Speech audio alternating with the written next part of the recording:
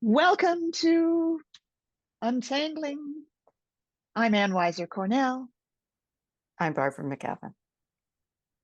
and we are so looking forward to sharing with you some of our most inspiring and interesting insights and some powerful steps about this method of untangling that we've created over about 30 years. Mm, But we keep reducing it to its essences, and we'd like to share with you some of those essences today. yeah. And what's a tangle? What's it about? So tangles show up in so many different ways. Whether you just feel stuck, or you feel like you keep reacting to people. You get triggered by stuff. You get knocked off your perch. For me, it was like getting knocked off my perch. I'd be going along, and then all of a sudden, what? What just happened? I feel out of control, or I feel like I, I've, I've just done something really stupid and I don't even know what it is. Or I Not a get very pleasant lost. feeling. Horrible, horrible. Yeah. Yeah. Or just that vague, constant feeling of not good enough, worrying about other people finding out who you really are, the imposter that you are, Oh yes, the imposter syndrome thing. or the Yes. or the conflicts, conflicts with other people, repetitive conflicts, feeling like I'm in the same kind of pattern again and again of meeting the same kind of person who's not good for me, but somehow being drawn to that person. Mm, mm. yeah, that one. Tangles are hard, and one reason tangles are hard is that they're not just ordinary problems. They're not just the kind of thing that you can get some advice from the internet and figure it out and then behave differently. We sometimes hope they were that, but it Mm, that keeps not working. Resolutions, making a resolution to be better. If it's a tangle, that doesn't work either. yeah. I mean, resolutions don't work anyway, but but with a tangle, it's totally impossible that would make any kind of real difference. It's like it's really horrible when you have a problem and you give it your best shot. You really do everything that you think is going to really make a difference. And what happens is that it either doesn't get any better or it actually gets worse. It's like, oh my God. So then on top of the original problem is the It's, bad feeling of having failed to solve it. And I'm it just a hot mess failure here. And then then often what happens is that whole self-criticism comes down and has opinions about who you are and or what the world you know, is possible, what's possible in the world. You know, there aren't any guys in the world that are any good. there are none, or yeah, there are no clothes that I would feel comfortable wearing, or the world is such a place that, and you might be living a lot of your life happily, normally, but the tangle is there, always lurking, and sometimes getting triggered. When Barbara and I began doing this particular work with each other, I was struggling with a use of alcohol, an abusive use of alcohol, a use of alcohol that was very unhelpful. And it was increasing. I was getting drunk more and more nights a week. And a part of me that was very worried about that and didn't really have the power to stop it or change it. I've had other tangles too: writer's block, block to making phone calls, Especially important ones. phone calls to famous people, which I had to do in one of my roles, and oh, it was almost a disaster. Mm. Yeah, and I struggled with kind of ongoing sense of I could call it depression, but I'm not going to. So, an ongoing sense of the world is gray and bleak, and I don't fit in, and what's the point? Yeah, that's a pretty good description of it. For Mhm. years and years and years and years and years. And there would be little tiny moments of like little bits of sunshine breaking through, rather like right now. And then the gray would come back and blanket my life again. And I would find myself, I would feel like we have a metaphor called being at the bottom of the pit. And it would feel like being at the bottom of the pit and in the rain and the cold and the dark and alone. And we were focusers. In fact, we were Oh, both yeah. focusing teachers Teachers. for years and years, and Yeah. focusing had helped in so many other ways. And yet, Hugely. And it hadn't yet helped with this yet. it still rained at the bottom of the pit on a regular basis. It was really hard. In fact, when the part of me that was worried about my drinking talked to me, it said, "You're a focusing teacher. You're a becoming more well-known focusing teacher." I didn't have a book yet. How can you be doing these things? Yeah. And what would people think if they knew? So there's shame often in tangles. There's a better keep that hidden, maybe even from myself. It's Yeah, certainly from others. Just certainly. wouldn't want anybody to know I did this or I feel Yeah, this. indeed. Lots of people have tangles. It's quite normal to have tangles. If you're here, I bet you've got one too, maybe more than one. Yeah. And And we hope, even yeah, if you don't have a tangle, the stuff that we're going to tell you about makes a big difference yeah, anyway. it It's helps great anyway. stuff. It's great So stuff. you can define yourself as having a tangle or what is a tangle. It's okay because life isn't easy and we can get stuck. And this stuff really helps. So we, as focusing teachers, realized together that we were struggling with really big things. And we decided to make focusing into what could help with even something as difficult as this. Yeah. That's what the untangling method is. It's focusing plus. Mm-hmm. So, what we'd like to share with you today is some of the essential insights we've had. We want to share with you 3 revolutionary insights. So, just spending time planning this webinar, thinking, what's the essence of our work? How can we distill it into something we can give to people in an hour? And, So, the essence of the problem, as we would define it, is that in every single tangle, we become identified, merged with one or more parts. In a tangle, there are multiple parts. There are always multiple parts. And they are meshed up in together and they are in conflict and they interact in all sorts of different ways. But you become identified, merged with one or more parts in a tangle. And you can bounce like a ping pong ball from one part to another part to another part, which can be extremely confusing and very debilitating.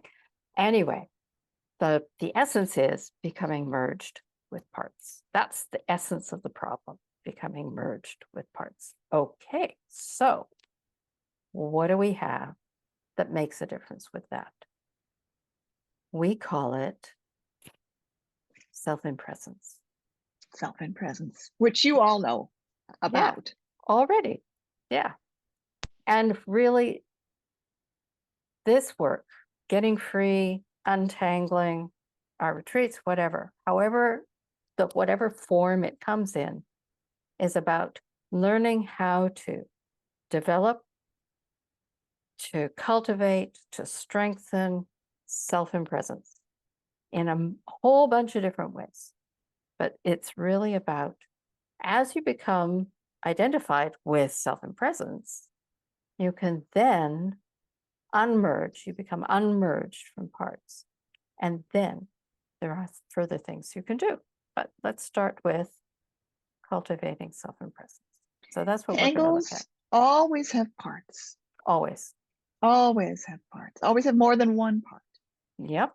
And in a tangle, it can be very hard to recognize those parts because it can feel like one of them is me and one of them is so not me that I hate it. But then they switch around. And it all with my drinking thing, right? I'd wake up in the morning saying, no, not going to drink today. 5 o'clock in the afternoon, I'm on my way to the liquor store. And the next morning, it's back again. And I think that smokers have that happen all day long. All day long. Yeah. But there's no middle, right? There's no moment when I'm here, able to say hello and hello to these different parts. And that would be self-presence. So you all have heard about self-presence, have learned about it in the courses you've taken. And there is more, because to be able to be self-presence with a situation as complex as a tangle, well, we actually created 3 areas that are needed in order to cultivate self-presence, plus all of our, what we call powers, yes, that we teach in Untangling. So we'll be talking about that today. We wanted to just give you these 3 revolutionary insights, and I think we've hit on most of them just by talking now, but just to enumerate them. The first one is that even really stuck things change spontaneously when the environment is right. So one way you can conceive of self-presence is as an environment. Creating the environment in which transformation can occur. And just, it happens. You don't have to make anything happen here. All you have to do is create this environment, and self-presence is the environment in which that happens. So cultivating self-presence is like the core. And one thing that can be hard about a tangle is that no matter how wise and smart we are otherwise, when confronted by the tough issue of a tangle, it can feel like I have to fix myself. And yet that itself, the impulse to I have to fix myself, is a key part of the tangle, what keeps the tangle entangled. So what can help us turn toward the one that feels the urge to fix, the one that feels desperate to change, and the one that feels hopeless about change, and all the other ones inside? That's super self-presence, really taking a little extra time to emphasize self-presence. That's insight number 1. The environment of change is key, and it is all that's needed. Yeah. Extraordinary. Absolutely extraordinary. Insight number 2, there are parts. As mentioned already, parts in conflict find themselves in every tangle. Like a part that wants me to be more open and expressive, and another part that's afraid that exposing myself will be dangerous. Or a part that wants to let go and live a more relaxed life, and another part that wants me to work hard and keep advancing. It could be as simple as a part that's in pain and another part that wants to suppress that pain. And in a tangle, they're not only parts, but we're often merged with parts. So that's insight number 2. Yep. Sometimes we call it serial merging, because you merge one and then you move and merge with another one, and then you move and merge with another one. Like Anne was saying, it can happen very quickly. It's a flip, flip, flip, flip, flip, flip thing sometimes, or sometimes it's a bloop, bloop, bloop. And it's tricky because if I'm merged with a part that's clearly from the past and kind of reactive and troublesome, and then I feel like I've become more adult, and I'm saying, well, you don't have to be that way. We don't need to be that way anymore. It kind of feels like I've become my big self, but I haven't. That's tricky. Yeah. That's another part. Mm. Because it's trying to fix, because it's trying to solve, because it's giving its good advice. And it doesn't feel actually spacious and wise. If, if you really pause and pay attention to how a part like that feels, it feels a bit tense. A little bit Not, anxious, a little bit pushy, yes, yes, yes, or a whole lot anxious. yes. Mhm. So actually, one of the key elements of cultivating self in presence is recognizing. And that means I have one has learned how to notice at least a fair amount of the time when merged with parts, even the parts that at first seem like the good guys, but are a little Or pushy, a full of little anxious. energy, or kind of, oh yeah, let's get out there and do this. Yay. Sometimes even those can be parts too. It's yeah, recognizing is Recognizing. it takes quite a bit of practice Mhm. to really get quick at being able to notice. Yeah, Ooh, I think I just got a bit partsy there. Okay. One of our favorite artsy. words, partsy. We invented that word. It's such a useful word. Absolutely. Yes, yes, yes. And then recognize. So that's insights. Oops. The environment of change is key, and the and in tangles there are parts that we need to recognize. Mhm. And the third insight is that relationship is key. So we have this environment of change, we have the parts, and then we have the relationship between I as self in presence, the environment of change, and the parts. Each part. I want to have a relationship that has the qualities of listening, compassion, Curiosity, care, patience. and it isn't hard to do if you're not merged with a part. And if you are merged with a part, you'll find out by noticing if Yep. you can be curious, compassionate, caring, and so on toward a part of you. So that's number 3 of our revolutionary insights. Relationship it's all about relationship. It's all about inner relationship. It's all about cultivating inner relationship. So in insight number 1, we were saying that change happens spontaneously in the environment of change. However, there is something that we do. We don't do nothing. Mm. What we do is we create relationship, which may involve listening, sensing how it is from its point of view, and some very specific ways of sensing that we've developed that are especially for tangles. Yep. So let's try this. We'll take you through a Okay. process right now, and we invite you to take about 10 minutes with us, 10 or 12 or something like that, to find your comfortable spot, to sit for a while,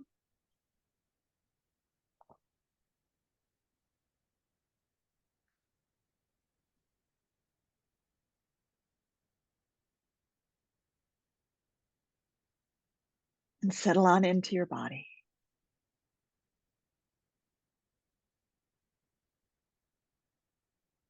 Being aware of your body, being aware of your whole body here and now.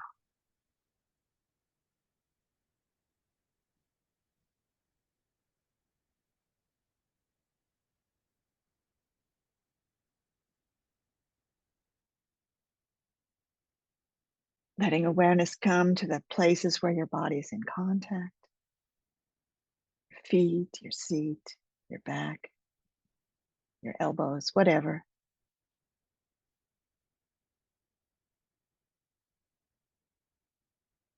Letting yourself rest into that support that's there.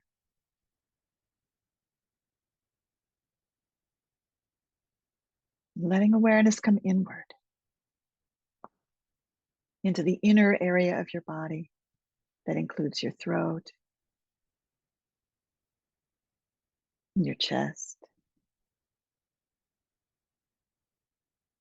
your stomach, belly area. Arriving within yourself.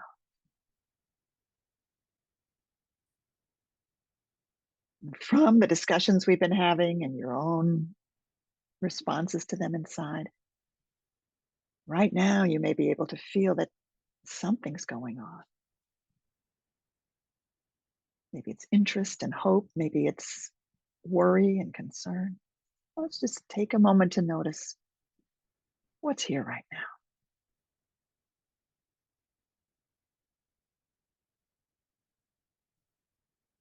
And then acknowledge, say hello to whatever you're finding that's here right now.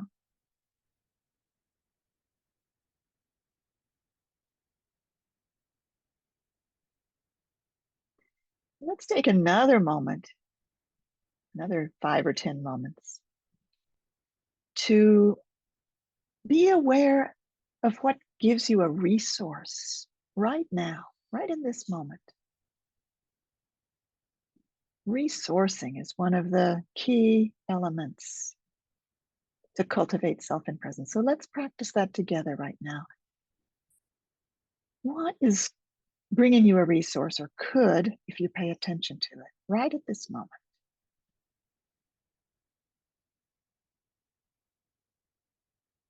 Maybe it's your breathing.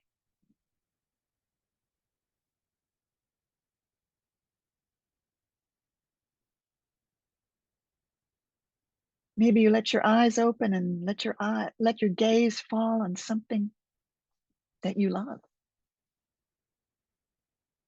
in the room you're in or out the window. Something beautiful.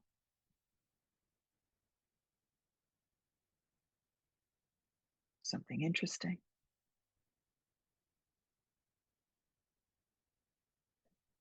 Maybe you feel the support beneath you, the sense of grounding that you have right now.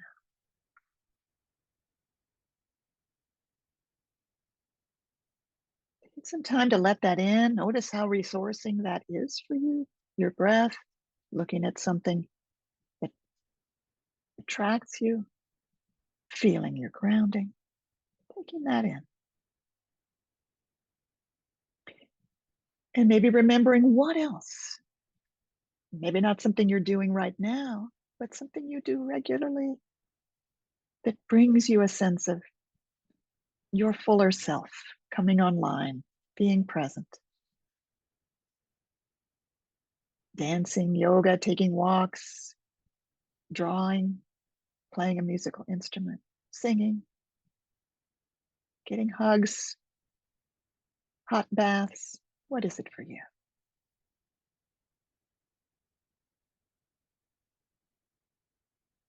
And all that can be with you now.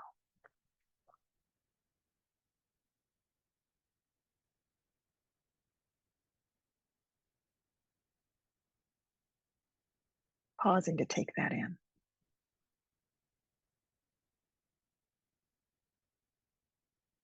So now let's also ask you to be aware of how you know when you're off center.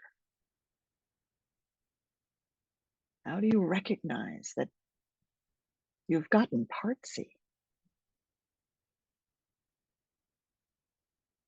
Is it when you feel like punching someone? Is it a sense of a heavy, dark, down feeling?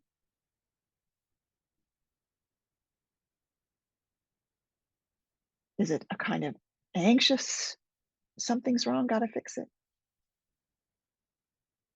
What do you know about what it feels like to get partsy.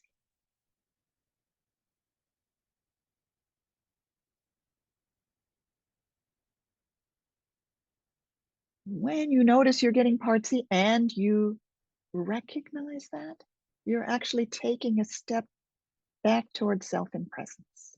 So that's our recognizing step.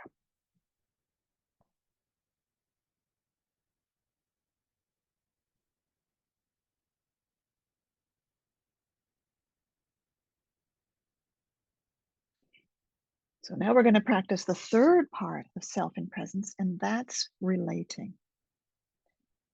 And for this, take some time to be aware of what might be a tangle in your life. As we've talked about tangles, perhaps you felt a kinship to something that we were saying. You wondered whether a certain pattern that goes on for you might be a tangle. We don't have to worry right now whether it actually is. Those are definitions. But it's something that happens where you get frustrated, or it feels hopeless, or it feels repetitive, or you get into a state of not knowing if it can change. I bet you've thought of something like that by now.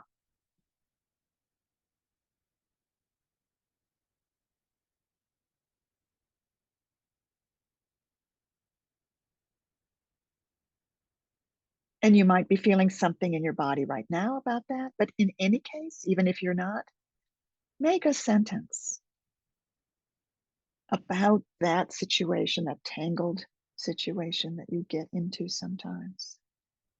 And the sentence would start with the words, something in me. Something in me gets so anxious I can't sit still.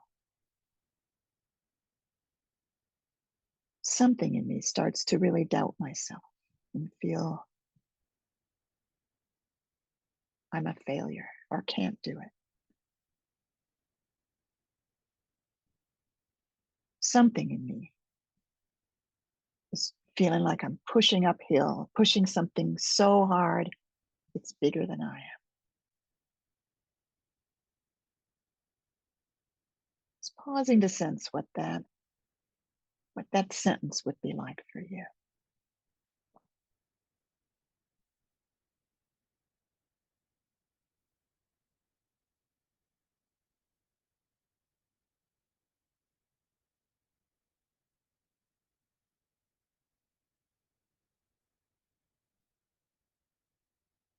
Just giving a little time so you can find one that fits.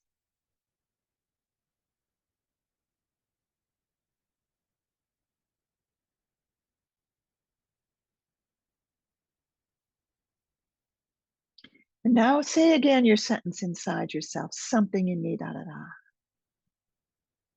And I say hello to that. Those are the words. And I say hello to that.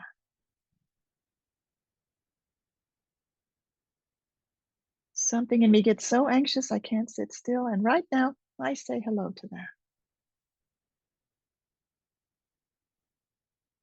Notice what happens with that simple hello. Maybe there's a deeper breath. I just got one. Maybe not.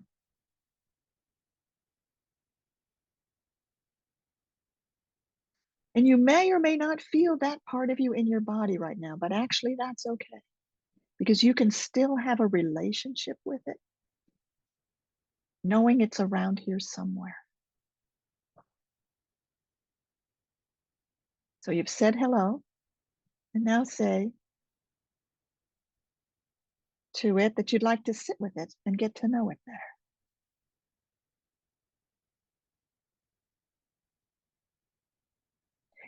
And that may bring up another part of you that feels impatient with it, doesn't want to give it any listening. Oh, I already know. So if it does, let's say hello to that one too.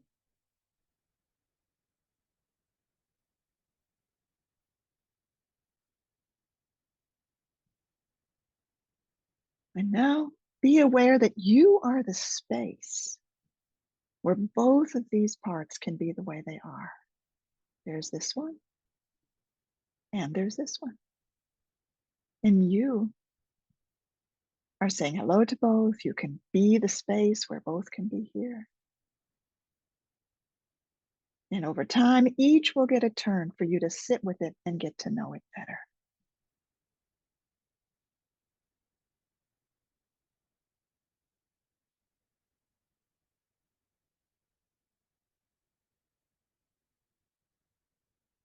And just pausing to sense how that feels, if that feels possible, that I don't have to be this one or this one. I don't have to be the feeling or the part of me that hates that feeling. I don't have to be the urge to go, and I don't have to be the urge to stay back and not go. I can be the space, sensing how that feels.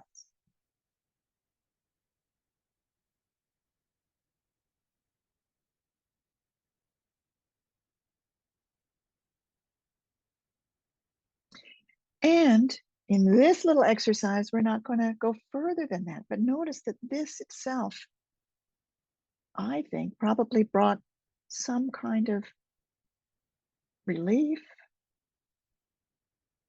sense of perspective, sense of possibility, and just notice if it did.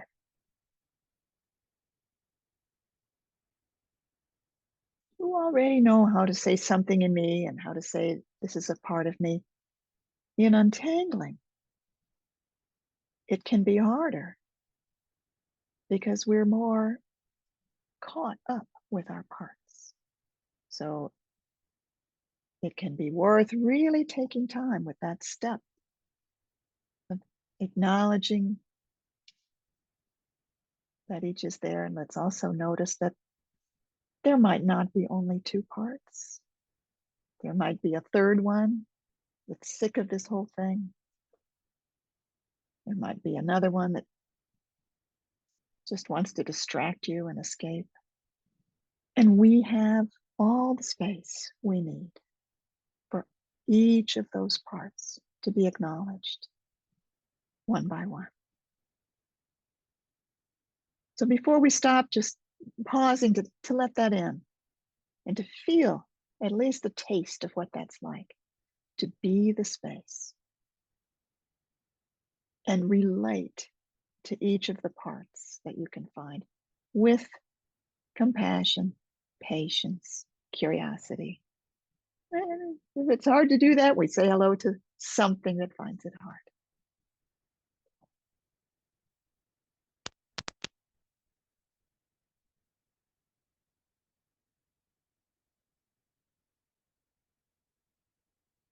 So we're bringing this process to a gentle completion.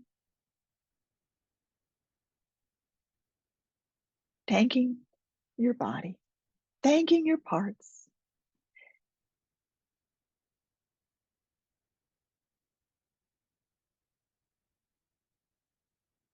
Letting awareness emerge, feeling the room around you. If you've had your eyes closed, letting your eyes come naturally open.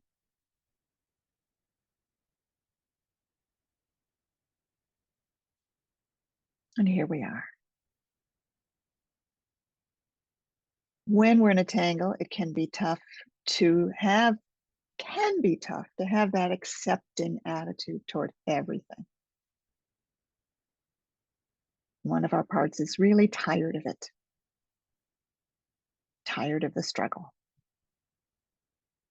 And often there's a part that is so worried that it's just going to go on like this forever. Oh, yes, that's quite common. Yeah. Never going to change. So there might be one that's tired of it, and there might be one that's worried that it's never going to change. It could be the same one, but sometimes they're And even different. we say worried it's never going to change, but seems convinced it's never going to change. Why would you even be working with this? Because it isn't going to change, it will say. Well, if you could just give up, like that part suggests that you do, maybe that would be good. But I've never found that possible. Like I've given up again and again on my tough issues, and they always Mhm. keep knocking on my door. No, actually, I don't want to give up. Yeah. That's what a tangle is like. But what we really want to share most of all, what I want to share most of all, is that every part of you is trying to save your life. There is nothing in you that's trying to hurt you. There are no saboteurs. Even when it most seems like that's what they're trying to do. It's really it took quite a bit of, what am I trying to say here? It was a real eye opener when we really got that every part has essential life energy caught up in it. And that what was needed was that what we talk about, that environment of transformation, creating that environment of transformation. That means that whatever is caught up, whatever is frozen there, whatever is stuck there, can take the right next step, the next step of life, of living, of what should happen next. And it was like, whoa, it's actually in that part of me that is telling me that I am a no good, useless failure. That has essential life energy that when it is released, it's like winding up going online with a nuclear power station. I mean, it's huge amount of energy gets released because all of that energy that was being used to hold it in and control and suppress and manipulate and try and get in a particular direction then goes whoop, and it's available. All of that energy then becomes available for life, for living. Almost immediately, as we started to work with these new insights almost 30 years ago, we realized something absolutely amazing. And that is, it's in those places that you, at a moment ago, you would have been really glad to cut out and get rid of. Those are the places that have your life energy Yeah, waiting to emerge. yeah. It's fun. It's just very mind blowing, Hmm. very mind Yeah, blowing. The very place. And yeah, so that place that seems such a problem, we call it a tangle, has in it everything it needs to resolve. yep, And when it resolves, it releases into you so much that you've been needing. That's how we experienced it. And we've experienced it yeah, again and again. And so many people we've worked with have experienced this. Things that yep, felt impossibly stuck, those are the places where the energy yeah. is waiting to come out. And another thing that I love about when tangles start to untangle is that how you think it's going to be. Like you will have an idea of what it's going to be like when this tangle is untangled. Actually, you have no idea. And whatever you thought is only like a teeny tiny little bit of what's possible. It's like it always winds up being so much bigger, so much more fun, so much more surprising, so much more alive than anything you will have thought. Like, oh, it means I'm going to get my closets cleaned out. Your closets may continue to be a mess, but your life will be a whole bunch better. Or your closets may get cleaned out. Or, That's that, or your but closets may also be but then you superlatively think, fabulous. I realized that wasn't the most important thing all Yeah, along.